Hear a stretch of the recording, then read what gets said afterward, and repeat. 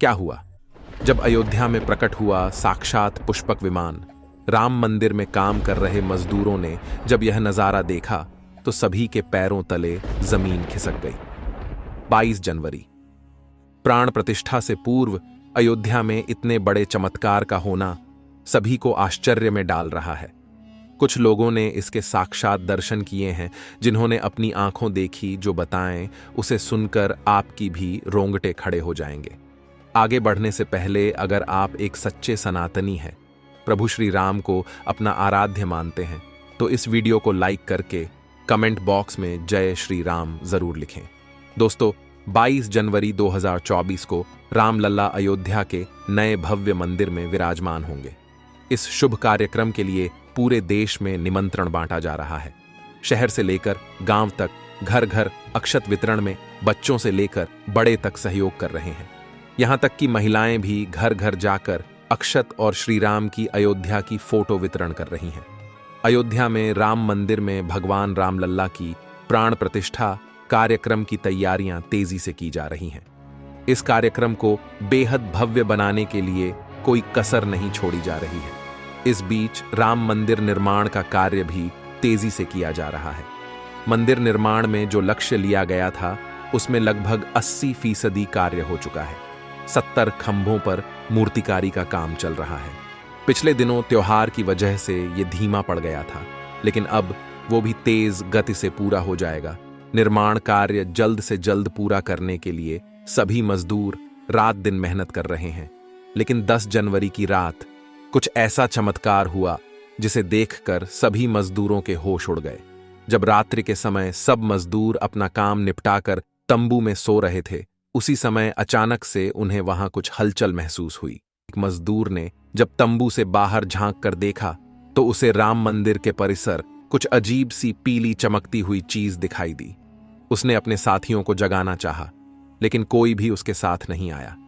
जब हिम्मत करके सुरेश जब राम मंदिर परिसर में पहुंचा तो वहां का नजारा बहुत चौंकाने वाला था, क्योंकि वहां पर उसे एक बहुत ही दिव्य चमत्कारिक विमान दिखाई दिया, जिसका आकार मोर के समान था, जो दिखने में काफी सुंदर और तेज से परिपूर्ण था, जो कि राम मंदिर परिसर में पिछले क्षेत्र में उतर रहा था। लेकिन उस विमान को नियंत्रित कौन कर रहा था, यह समझ नहीं आ रहा था, क्योंकि उस विमान में इतना तेज था कि सामान्य आंखों से नहीं देखा जा सकता था।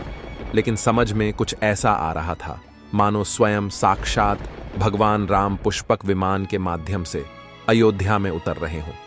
सुरेश ने यह चमत्कार अपनी आंखों से देखा, लेकिन अचानक से ही वह बेहोश हो गया, क्योंकि वो उसके तेज को सहन नहीं कर पा रहा था। सुरेश जब सुबह उठा तो वो उसी स्थान पर मौजूद था और उसके साथ ही मंदिर निर्माण कार्य पूरा करने के लिए जा रहे थे। उसने सभी को रोककर रात्रि की सच्चाई बताई, लेकिन सभी उसकी हंसी उड़ा रहे थे। लेकिन सुरेश मन ही मन समझ चुका था कि प्रभु श्री राम अयोध्या आ चुके हैं।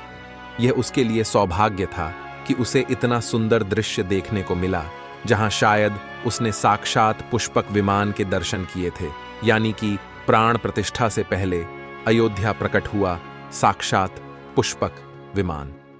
दोस्तों, देश के अलग अलग हिस्सों में कई बार अजीब सी आकृति के विमान देखे गए हैं, जिनका संबंध कई बार तो एलियन के साथ जोड़कर भी देखा जाता है। यानी कि अयोध्या में उस रात्रि को मोर की आकृति का विमान देखना वास्तव में प्रभु श्री राम का ही कोई संदेश हो सकता है। लेकिन क्या यह विमान सचमुच में पुष्पक विमान है? इसकी आखिर क्या गारंटी है? इसे समझने के लिए हमें पुष्पक विमान के रहस्य को अच्छे से जानना पड़ेगा। रामायण के सुंदरकांड के 7वें अध्याय में पुष्पक विमान के बारे में जानकारी मिलती है। पुष्पक विमान की आकृति मोर की तरह थी।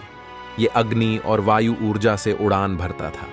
इसकी तकनीक इतनी उत्कृष्ट थी कि इसका आकार छोटा और बड़ा किया जा सकता था। कहा जाता है कि रावण अपनी पूरी सेना को साथ लेकर इस विमान से उड़ान भर सकता था। पुष्पक विमान अपने चालक की इच्छा के अनुसार गति पकड़ता था।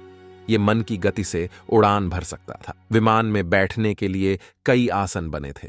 पौराणिक कथाओं के मुताबिक युद्ध के बाद भगवान श्री राम ने विमान का पूजन कर ये दिव्य विमान वापस कुबेर को सौंप दिया।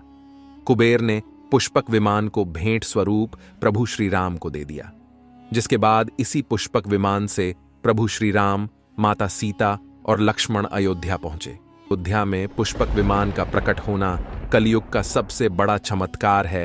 रामायण पुष्पक विमान का जिक्र है जो पहले कुबेर के पास था। इसके बाद रावण ने उसे अपने सौतेले भाई कुबेर से लंका समेत बलपूर्वक हथिया लिया था। फिर रावण इसी के जरिए कहीं भी आता जाता था। रावण को हराने के बाद यह विमान श्री राम के पास आ गया। वो जीत हासिल करने के बाद इसी विमान के कहीं जगह होते हुए अयोध्या पहुंचे थे।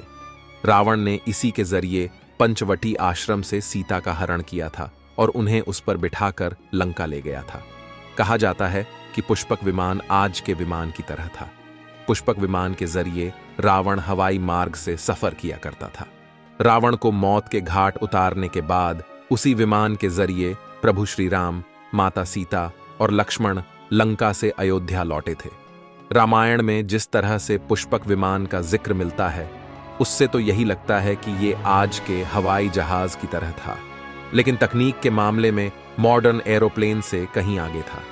अब दोस्तों, कई हजारों सालों बाद एक बार फिर जब भव्य राम मंदिर का निर्माण हुआ है तो प्रभु श्री राम अपने भाई लक्ष्मण और मां का सीता के साथ एक बार फिर से अयोध्या धाम पहुंच रहे हैं, वह भी अपने इसी पुष्पक विमान पर, जिसका नजारा वहां के मजदूर अपनी आंखों से देख चुके हैं। रामायण के प्रसंग में कहा गया है कि जब माता सीता को हरण करके रावण ले जा रहा था तो रास्ते में जटायु ने अपने चोंच से रावण को चोट पहुंचाई थी। उस समय रावण पुष्पक विमान में ही मौजूद था।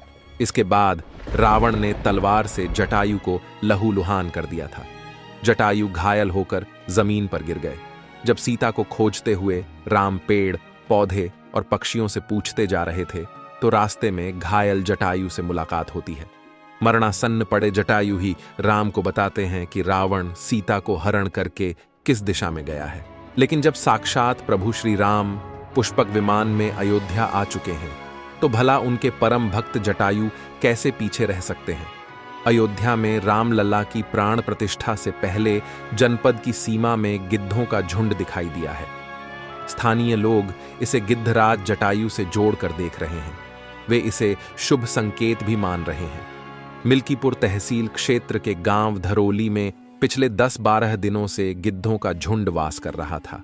हालांकि उस गांव से गिद्ध उड़ गए हैं, लेकिन अयोध्या की सीमा में यहां वहां दिखाई दे रहे हैं। गांव वालों का कहना है कि पिछले 20 वर्षों से हम लोगों ने इलाके में गिद्ध नहीं देखे। अब जब राम मंदिर बन रहा है तो इस गांव में लगभग 50 की संख्या में गिद्ध आकाश में दिखाई दे रहे हैं। उनमें से 10-12 गिद्ध गांव में ही सेमल के पेड़ पर वास कर रहे थे। गिद्धों के दिखने की घटना को ज्यादातर लोग राम से जोड़कर देख रहे हैं और शुभ संकेत भी मान रहे हैं। 22 जनवरी को होने वाले प्राण प्रतिष्ठा के समारोह में देश के प्रधानमंत्री नरेंद्र मोदी ने देश विदेश की कई महान हस्तियों को निमंत्रण दिया है। लेकिन आपको जानकर हैरानी होगी, नेपाल में भी कुछ विशेष लोगों को समारोह में आने का निमंत्रण दिया गया है। इसके पीछे का रहस्य जानकर आपके भी होश उड़ जाएंगे, क्योंकि नेपाल को भगवान श्री राम का ससुराल कहा जाता है। क्योंकि नेपाल एक समय पर जनकपुर धाम था, जहां के राजा थे राजा जनक, और उनकी पुत्री मां सीता वहीं पर भूमि में से प्रकट हुई थी। जनकपुर धाम, जिसे मिथिला भी कहा जाता था। मिथिला संस्कृति में यह मान्यता है कि जब बेटी का गृह प्रवेश होता है तो उसके मायके से तोहफा और अन्य सामग्री भिजवाई जाती है। इसी परंपरा के मुताबिक जब प्रभु राम का मंदिर में गृह प्रवेश होगा तो सीता जी की ओर नेपाल से अयोध्या उपहार आ रहे हैं, जिसे भार यात्रा का नाम दिया गया है। राम मंदिर की प्राण प्रतिष्ठा के लिए भगवान राम के ससुराल नेपाल के जनकपुर से कपड़े, फल और मेवा के साथ साथ उपहारों से सजे 1100 थाल आने वाले हैं। इसमें आभूषण, बर्तन, कपड़े और मिठाइयों के अलावा भार भी आएगा, जिसमें 51 प्रकार की मिठाइयां, दही, मक्खन और चांदी के बर्तन शामिल होंगे। 22 जनवरी को प्राण प्रतिष्ठा समारोह होने वाला है। इसके लिए श्री राम जन्मभूमि तीर्थ क्षेत्र ट्रस्ट की तरफ से भगवान राम की ससुराल नेपाल के कई गणमान्य लोगों को निमंत्रण पत्र भेजे गए हैं। दोस्तों, आज हम राम मंदिर को बनते हुए देख रहे हैं। यह हमारा सौभाग्य है, लेकिन इस भव्य राम मंदिर के बनने में कई हजारों कारसेवकों और राम भक्तों का बलिदान छुपा है। उस समय आक्रमणकारियों ने काशी, मथुरा के साथ ही अयोध्या में भी लूटपाट की और पुजारियों की हत्या कर मूर्तियां तोड़ने का क्रम जारी रखा। लेकिन 14वीं सदी तक वे अयोध्या में राम मंदिर को तोड़ने में सफल नहीं हो पाए, क्योंकि हर बार राम मंदिर और अयोध्या की रक्षा करने के लिए आसपास के राजा मदद भेज देते थे। हजारों साधुओं ने भी मंदिर की रक्षा के लिए अपने प्राणों की आहुति दे दी। विभिन्न आक्रमणों को झेलते हुए श्री राम की जन्मभूमि पर बना भव्य मंदिर 14वीं शताब्दी तक बचा रहा। कहते हैं कि सिकंदर लोदी के शासनकाल के दौरान यहां भव्य मंदिर मौजूद था। 14वीं शताब्दी में हिंदुस्तान पर मुगलों का अधिकार हो गया और उसके बाद ही राम जन्मभूमि एवं अयोध्या को नष्ट करने के लिए कई अभियान चलाए गए। 1527-28 में इस भव्य मंदिर को तोड़ दिया गया और उसकी जगह बाबरी ढांचा खड़ा किया गया। कहते हैं कि मुगल साम्राज्य के संस्थापक बाबर के एक सेनापति ने बिहार अभियान के समय अयोध्या में श्री राम के जन्म स्थान पर स्थित प्राचीन और भव्य मंदिर को तोड़कर एक मस्जिद बनवाई थी। 19 जनवरी 1885 को हिंदू महंत रघुबीर दास ने पहली बार इस मामले को फैजाबाद के न्यायाधीश पम हरिकिशन के सामने रखा था। इस मामले में कहा गया था कि मस्जिद की जगह पर मंदिर बनवाना चाहिए, क्योंकि वह स्थान प्रभु श्री राम का जन्म स्थान है। वर्ष 1947 में भारत सरकार ने मुसलमानों को विवादित स्थल से दूर रहने के आदेश दिए और मस्जिद के मुख्य द्वार पर ताला लगा दिया गया, जबकि हिंदू श्रद्धालुओं को एक अलग जगह से प्रवेश दिया जाता रहा।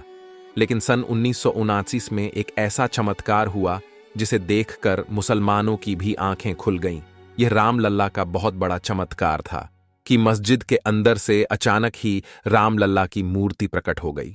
कुछ कट्टरपंथियों का कहना था कि कुछ हिंदू दलों ने रात्रि के समय चुपके से यहां पर मूर्तियां रखी है। 1939 में भगवान राम की मूर्तियां मस्जिद में पाई गईं। मुसलमानों ने इस पर विरोध व्यक्त किया और दोनों पक्षों ने अदालत में मुकदमा दायर कर दिया। सरकार ने इस स्थल को विवादित घोषित करके ताला लगा दिया। 30 अक्टूबर 1990 को हजारों राम भक्तों ने मुख्यमंत्री मुलायम सिंह यादव द्वारा खड़ी की गईं अनेक बाधाओं को पार कर अयोध्या में प्रवेश किया और विवादित ढांचे के ऊपर भगवा ध्वज फहरा दिया। लेकिन 2 नवंबर 1990 को मुलायम सिंह यादव ने कार सेवकों पर गोली चलाने का आदेश दिया, जिसमें सैकड़ों राम भक्तों ने अपने जीवन की आहुतियां दी। सरयू तट राम भक्तों की लाशों से भर गया था। इस नृशंस हत्याकांड के बाद अप्रैल 1991 को उत्तर प्रदेश के तत्कालीन मुख्यमंत्री मुलायम सिंह यादव को इस्तीफा देना पड़ा। उस समय कोठारी बंधुओं के बलिदान की चर्चा खूब रही। दिसंबर 1992 को जब विवादित ढांचा गिराया गया, उस समय राज्य में कल्याण सिंह की सरकार थी। उस दिन सुबह करीब 10:30 बजे हजारों लाखों की संख्या में कार सेवक पहुंचने लगे।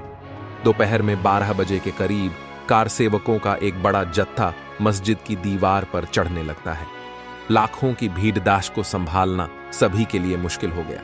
दोपहर के 3:40 पर पहला गुंबद भीड़ ने तोड़ दिया और फिर 5 बजने में जब 5 मिनट का वक्त बाकी था, तब तक पूरे का पूरा विवादित ढांचा जमींदोज हो चुका था। भीड़ ने उसी जगह पूजा अर्चना की और रामशिला की स्थापना कर दी। मुख्यमंत्री कल्याण सिंह का साफ आदेश था कि कार सेवकों पर गोली नहीं चलेगी। इस महान कल्याण सिंह जी को हम शाश्वत प्रणाम करते हैं। दोस्तों, राम मंदिर को बनता हुआ देखना सौभाग्य है, लेकिन जब भी हम इसके पीछे हजारों हिंदुओं का बलिदान देखते हैं तो हमारी आंखें नम हो जाती हैं। इस पूरी वीडियो को देखने के बाद आक्रमणकारियों के लिए आपकी क्या विचार है, इसे कमेंट बॉक्स में जरूर बताइएगा। हमारे महान शहीदों के लिए आपकी श्रद्धांजलि नीचे कमेंट बॉक्स में जरूर दीजिएगा। कोई भी बात अच्छी लगी हो तो लाइक जरूर करें और हमेशा ऐसे सत्य चमत्कारी घटनाएं देखने के लिए हमारे चैनल को सब्सक्राइब करके आप बेल आइकन को प्रेस कर लें। इस वीडियो को ज्यादा से ज्यादा शेयर कीजिए और ऐसे ही दुनिया भर की सनातन से जुड़ी खबरों को देखने के लिए हमारे चैनल को अभी सब्सक्राइब कीजिए। फिर से मिलेंगे एक नई वीडियो के साथ। धन्यवाद।